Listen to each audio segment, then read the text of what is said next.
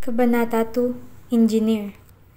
If you think that I will always be on the site for my new crush, you are right. Kahit pa kung ano-ano na ang mga discouragements na sinasabi ng mga kaibigan ko, wala pa rin nakapigil sa akin. A construction worker?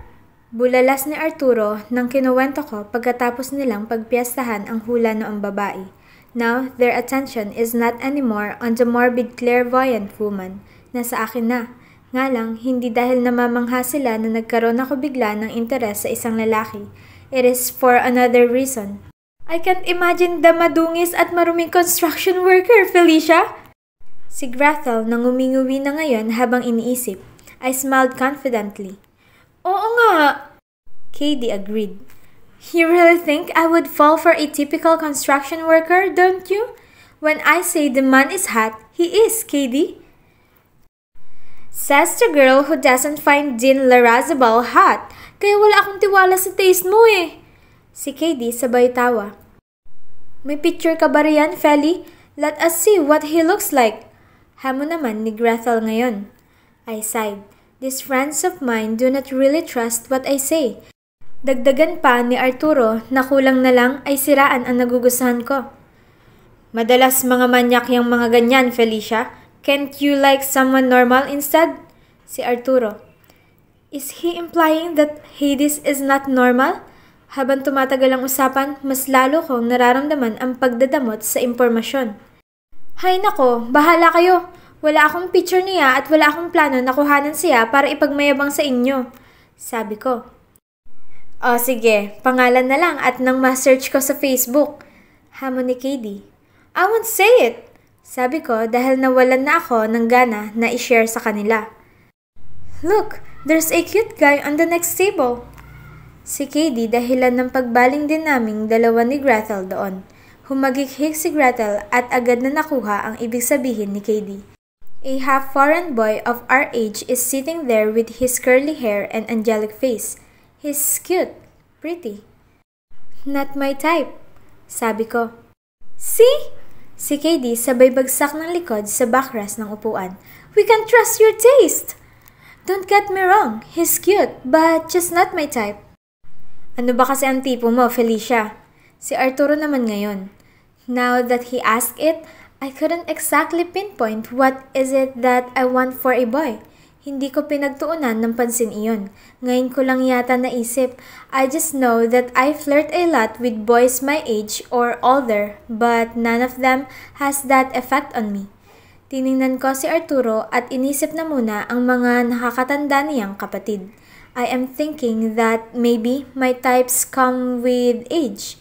Kasi base sa construction worker na iyon, mas matanda nga ng ilang taon sa akin. Kaya lang, I don't really find Franco that attractive. He's handsome, but he doesn't make me feel anything. Ewan ko, basta. Sabi ko sabay tingin sa iniinom. Since that day, my friends stripped me my credibility when it comes to judging boys. Tingin nila, mababang uri ang gusto ko kaya wala na akong karapatang dinggin tuwing may sasabihin ako tungkol sa isang lalaki. That is why at school, even when I said that I hated Dean Larrazabal, they just suddenly do not buy it. Huwag niyo akong iwan! Grathel! Katie! Tawag ko sa mga kaibigan. Guwapo at matangkad si Dean. Kilala rin silang mayaman at makapangyarihan. Hindi ko lang talaga siguro tipo kaya hindi ko binibigyan ng pagkakataon. Kumakain kami sa kantin ni Katie at Grathel. Medyo mabagal akong kumain at mabilis na natapos ang dalawa. Nang nakitang nariyan si Dean at umambang lalapit, iniwan ako ng dalawa at ibinilin pa. Ikaw na ang bahala sa kaibigan namin Dean. Ihatid mo na lang sa classroom. Sabay ngisi ni Katie at hinatak na palayo si Grathel. Pagkatapos ng pagtatawag, umiling na lang ako at nagpatuloy sa pagkain. Naupo si Dean sa harap ko. He smiled at me. I smiled back. I am polite and still friendly, even when I got a feeling what it is that he's after me. Una ko siyang nakilala, ako na agad ang gusto niya. Dahil bago siya sa school noon, kumalat na parang sakit ang usap-usapan na ako ang tipo niya. Girls liked him so much for being rich and handsome. That was why half of the class is mad at me for getting his attention immediately. You're Letitia's Graciano's daughter, right? It was his first question after a brief exchange of names. Leticia Valerio, I corrected him. He smiled at me. Sabi ng daddy, hindi naman mayaman ang daddy mo. Ang mami mo lang. My dad is your mom's ex. I didn't like how he needed to comment on daddy's roots. Hindi nga kasing yaman ni daddy si mami pero magaling si daddy na engineer at naiahon ng mabuti ang sarili. Iyon din ang dahilan kung bakit nagustuhan ni na lolo at lola siya. There's nothing wrong with a man who dragged himself from the gutter. It is actually amazing and honorable kaya una pa lang hindi ko nagusto ang yabang ni Dean. So, I heard you inherited a lot from the Gracianos? Are we talking about money? 'Cause I'm not interested. Mariin kong sapaw. Napaawa ang labi ni Dean. Nagulat siya. Hindi siguro sanay na may sumasapaw at lumalaban sa kanya. Ang alam ko kasi, malaking construction firm din ang negosyo ng pamilya niya at kung kalahati sa school ay pinupuri siya, ibig sabihin isa nga siya sa pinakamayaman dito. And of course, what he did to my then boyfriend. Bakit hindi mo na sinasagot ang mga messages ko? Anong problema? Sa wakas, sinagot ni Ronan ang tawag ko. Although I flirt and socialize like a butterfly, I am still sentimental. Sinagot ko ang pinakamay dating sa mga manliligaw ko. He is 2 years older, tall, rich, and handsome. Kaya lang ay naiirita ako ngayon sa 2 araw na yung pag-ignora sa mga tawag at text ko. Absent din siya sa school na hindi niya naman madalas ginagawa. Feli, I'm sorry. Tang-inang din Larazabal na yan. Noong umuwi ako galing football practice, hinarangan ako at binantaan na layuan ka. Obses yata ang gago. Kayo raw 2 ang dapat sa isa't isa. Ha? Medyo nagulat ako at hindi agad na ikonekta ang mga sinabi niya sa naiisip. Seryoso ka? Anong nangyari? Oo. When I told him I won't do what he asked me to do, pinagsusuntok ako. He's lucky I was exhausted from the football practice. Tang-ina niya, pagbalik ko siya ang bubugbugin ko. And it happened indeed. Gumaling si Ronan at pagkabalik sa school, iyon agad ang unang inatupag. Bugbog sarado si Dean noon at dinala silang 2 sa prefect. Matagal bago na-settle iyon at pareho silang pinatawan ng parusa. However, because Ronan's beating happened within the school grounds, he got expelled. Dahil doon, nag-break din kami ni Ronan kalaunan. Hindi na kasi masyadong nagkikita at pinagbawalan na rin ng mga magulang lalo na't sa akin na baling ang ugat ng sisi. Dahil ako raw ang dahilan bakit nagsuntukan ng 2. Hindi mo kasama si Arturo? Tanong ni Dean. Tahimik kong sinusubo ang pagkain. Umiling ako at nag-angat ng tingin kay Dean. Although Arturo isn't silent about his advances, hindi naman siya kasing desperado nitong si Dean. Hindi ko rin naman nakakalimutan ang unang naging topic namin sa pagkakakilala. It was about the Gracianos' money. He's talking about Arturo because he knows Arturo is my closest guy friend. He's busy with schoolworks. Bakit? May kailangan ka sa kanya? Tanong ko. Dean chuckled. Wala naman. Just thought you two are very close. Boyfriend na? Hindi, Dean. Magkaibigan lang kami ni Arturo. Pero nanliligaw siya, hindi ba? Yes, sabi ko. Hindi ka na nauubusan ng manliligaw, Felicia. But for sure, Arturo Lopez is pretty much the best of your reverse harem now. Tumigil ako sa pagkain. Nginitian ko si Dean. No, actually, he's the weakest. I find him unappealing. I want him as a friend, and only that. Tumuwid sa pagkakaupo si Dean. I wonder if he could be friends too, like Arturo? Hindi ko siya gaano kagusto, pero mahilig akong mga ibigan na mga manliligaw. Especially those who don't stand a frigging chance like him. So, who is appealing for you now? Bakit ka nagtatanong? Nagtaas ako ng kilay. I just don't want you to fall into the wrong hands, Felicia.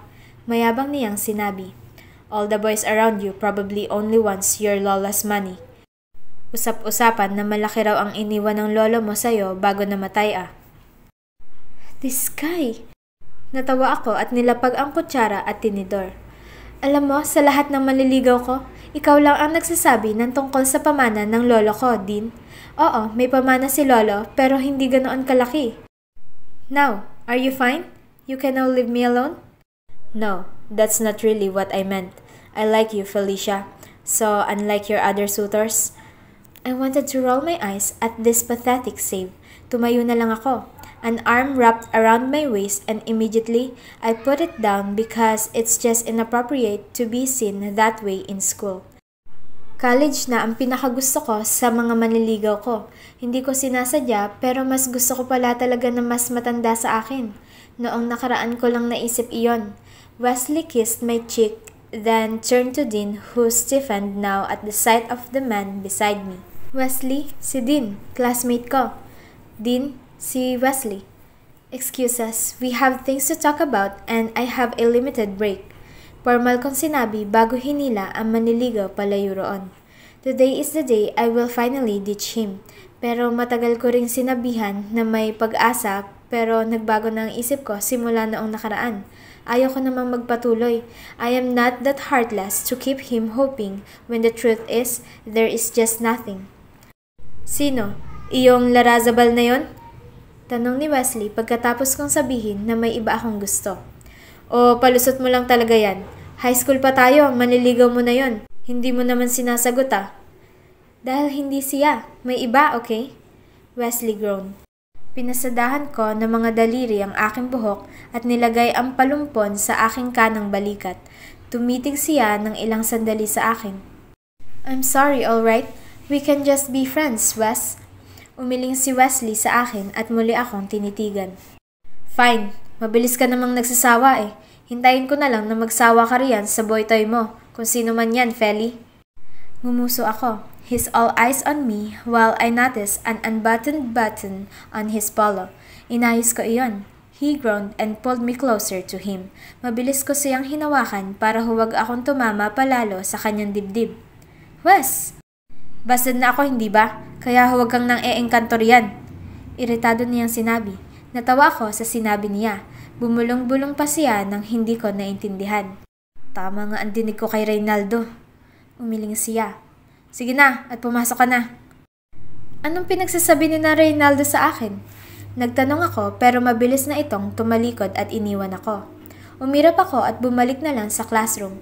Ganoon lagi ang ayos. Hindi ako kailanman maiintindihan ng mga kaibigan ko kung bakit hindi ko gusto si Dean. Hindi ko rin naman ma-explain at kahit subukan ko pa, hindi ko din madidescribe ang nararamdaman ko tuwing tinatanong niya ako tungkol sa pamana ng lolo ko. My day moved on. Kanina, bago umalis ng bahay, nagtanong ako kay Daddy kung may schedule ba ang mga construction worker. Hindi ko sinabi sa kanya na may nagugustuhan ako dahil syempre baka sisantihin niya iyon. Ayon kay Daddy, ang mga construction worker ay shifting. Alam ko na rin ang mga schedule. Monday at Tuesday, nasa opisina si Daddy kaya Wednesday hanggang Friday lang ako bibisita. At dahil may pasok, sa hapon na ako tutulak. Kailangan kong umalis na maaga galing sa school para lang maabutan pa ang tamang shift kahit pa madalas naman daw nag-overtime ang mga workers. I was very torn at first. Should I wear my uniform or should I not? Hassle ang magbibihis pa at lalo akong matatagalan lalo na kapag sa school magbibihis. Pero ayaw ko namang magpakita roon na naka-uniforming pang high school. Sa huli, nagdesisyon akong magbihis. I am now wearing faded maong shorts, a white sweetheart spaghetti strap, cream sandals, and my sling bag. Itinali ko ang buhok ko at may tassel earrings pa. Miss Valerio, ang alam ko po ay hindi nagsa-site inspection si Engineer Valerio ngayon. Baka nasa opisina rito. Sabay turo niya sa isang makeshift cube na opisina ng mga engineer kung nandito sila. I shrugged at the bodyguard. Matias, titignan ko lang naman kung naroon ba si Dad. Palusot ko at lalakad na sana.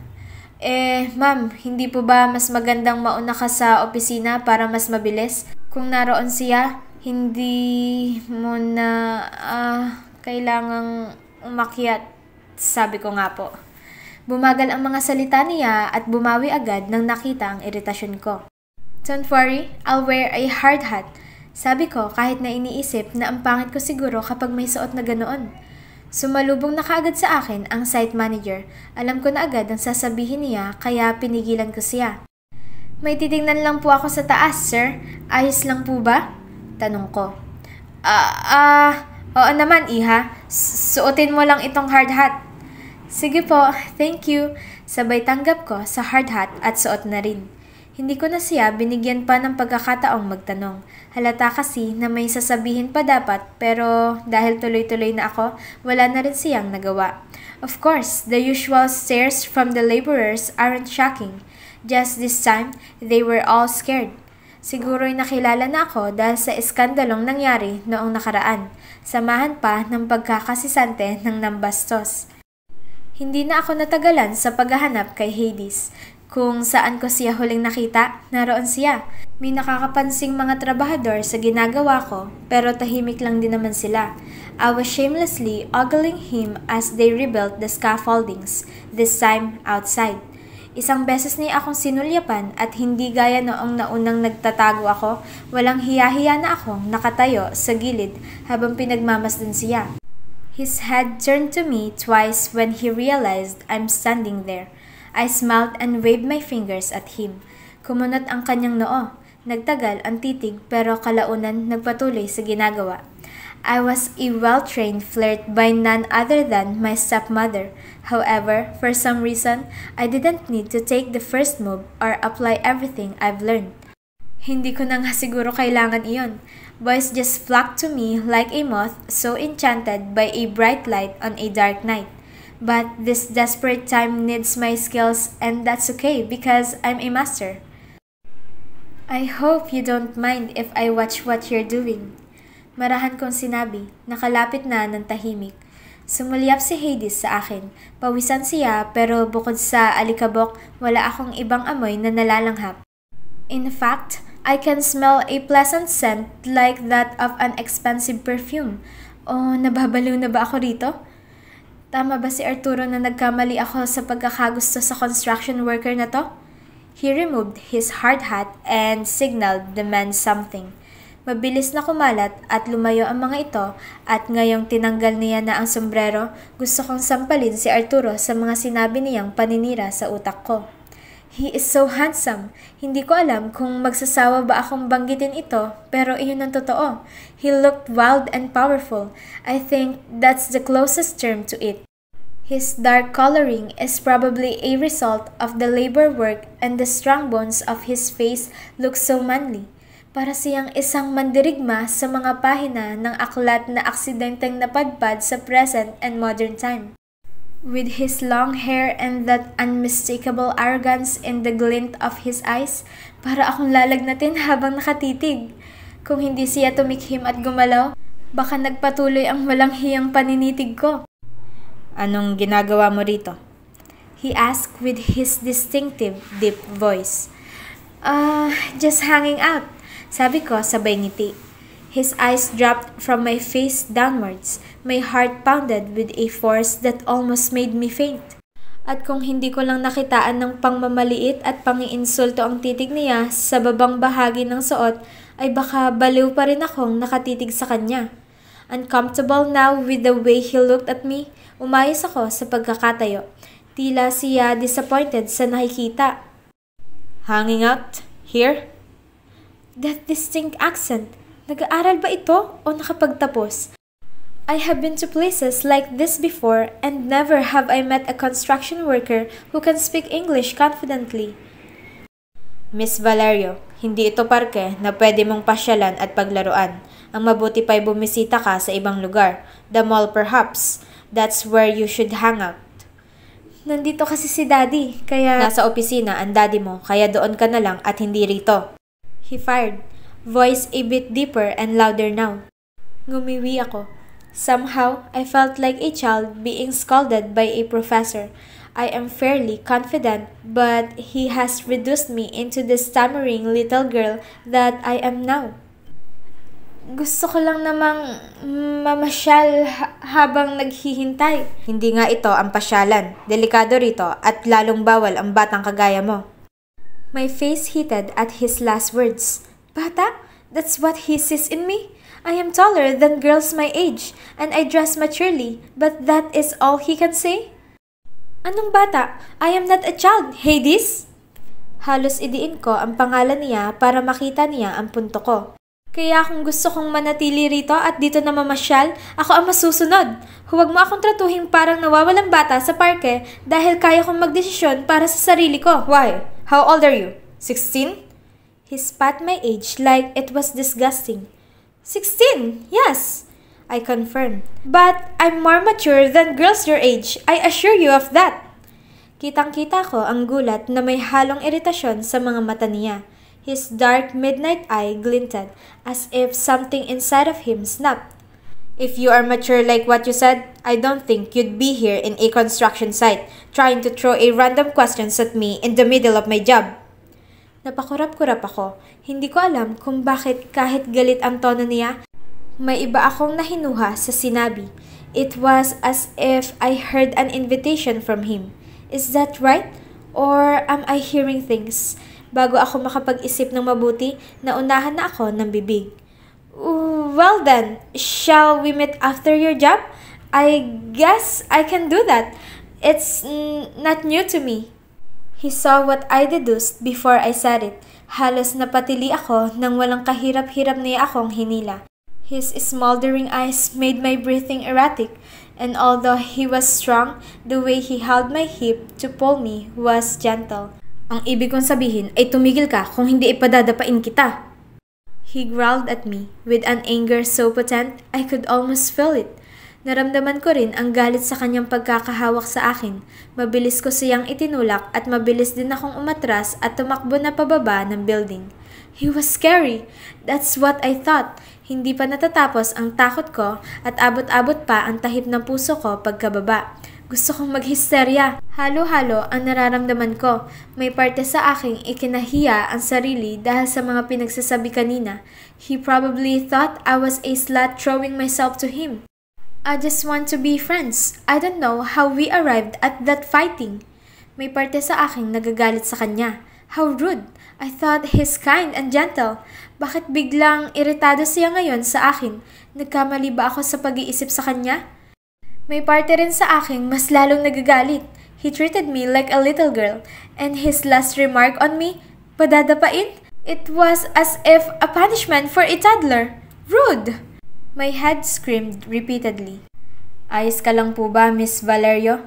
Tanong ni Matthias nang nakita akong medyo tulala. Ayos lang! Sabi ko at mabilis na dumiretso sa sedan. I need a long while before I could recover from that. I can't remember being humiliated. Hindi man sa harap ng maraming tao, pero ang mapahiya sa harap ng lalaking iyon para na rin sa harap ng milyon. Ginulo ko ang buhok ko habang iniisip ang nangyari. Nakakahiya! I might be wrong about him. Arturo is right. I am crazy. This is not good. I was wrong about him. Bago ako umalis dito, kailangan akong dumaan sa opisina. Pero dahil gulat pa sa nangyari, nanatili pa rin ako sa kotse. Kung hindi ko lang nakita sa labas ang pagbaba ni Hades kasama iyong site manager, nagpatuloy siguro ang pagkakatulala ko. Seryoso siyang kinausap ng site manager. Nasa unang palapag sila ngayon. My heart raced when I realized that he got scolded. Siguro akala ko lang walang nakakita kanina sa amin, pero mayroon. At dahil kilala na ako bilang anak ni Engineer Valerio, baka masasante na siya. I opened the door. Matthias, shocked, went out to guide me. Miss Valerio, tawag niya pero hindi ko na nilingon. Dire-diretso na ang lakad ko. Hades' eyes captured me immediately. His eyes bored at me for a long while before it drifted on the man talking in front of him. He looked so formal as he listened to whatever the site manager is saying. Lumapit ako at napasulyap kaagad ang site manager sa akin. Oh, Miss Valerio! Sabay ngiti-ngiti ng matanda. I was waiting for the old man to assure me that he will be fired, and of course, my defense for him. Kahit hindi ko nagustuhan ang nangyari kanina, alam ko namang wala siyang kasalanan. Tama siya at dapat hindi ako umaaligid doon. Iritado ako pero alam ko rin naman ang punto niya. I don't want him to be fired just because of my rash and stupid decisions. Nahihiyang magpatuloy ang site manager lalo na't nakikinig ako, kaya wala na akong choice kundi ang magtanong. Ano pong nangyari? Sabay sulyap ko kay Hades. Hades sighed and his eyes remained on the old man. Sa alin, Miss Valerio? Don't fire him, sir. Whatever it was my fault. Hades sighed more. Kumunot tuloy ang noo ko lalo pa dahil mukhang litong-lito na ang site manager sa tinutukoy ko. Anong ibig mo sabihin, Miss Valerio? Natatawa ang site manager. Hindi naman sisisantihin si engineer, miss. Bakit? May problema ba? Engineer? Who? Wala naman po. Litong-lito na ako. Kung ang tinutukoy mo ay ang pinag-uusapan namin, ililipat ko lang si Hades. Ang tagal mo na rito at hinihintay ko lang na lapitan mo ako para baguhin ang titulo mo. Salamat po. Formal na sagot ni Hades. Wait, what? He's not being fired? That's good news, but I'm confused and embarrassed at the same time. Lalo na nang lumipat ang mga mata ni Hades sa akin. I almost rolled my eyes at him. From construction worker, noong high school ka pa foreman at manager, hindi ko lubos maisip na gusto mo lang ng field engineer, iho. Papasa ka ng structural engineer eh. Napalingalinga ako. Gusto kong maghanap sa ilalim ng lupa kung sino ba ang tinutukoy na engineer ng matandang ito. Sino ba? Field engineer po. Ulit ni Hades. Kung sa bagay, mas magaan ang trabaho. Sigurado ka rito. Wait, what? He's the engineer this old man is talking about? Titignan-tignan mo lang ang gawa, bukod sa paperworks. Sige, maiwan na muna kita at aayusin ko ang paperworks. Ang matanda bago bumaling sa akin. Ikaw rin, Miss Valerio. Okay po. Sabi ko at manghang tiningnan ang matanda sa paglalakad palayo patungo sa isa pang cube na office. Hindi sa kung nasaan si Daddy. Nang nawala ang matanda, napabaling ako sa katabi. His potent eyes looked at me with a warning. I almost forgot what happened. Buti at naalala ko kaya iniwas ko ang tingin at taas noo na nag-inarte. If only I have the strength to walk out now, but I don't. Huwag ka nang bumalik sa palapag na yon at hindi na ako roon magtatrabaho. Hindi na naman talaga. Hindi na ako babalik. Sabi ko at pilit na niyakag ang mga paa palayo sa lalaking may magaspang na ugali na engineer pa yata.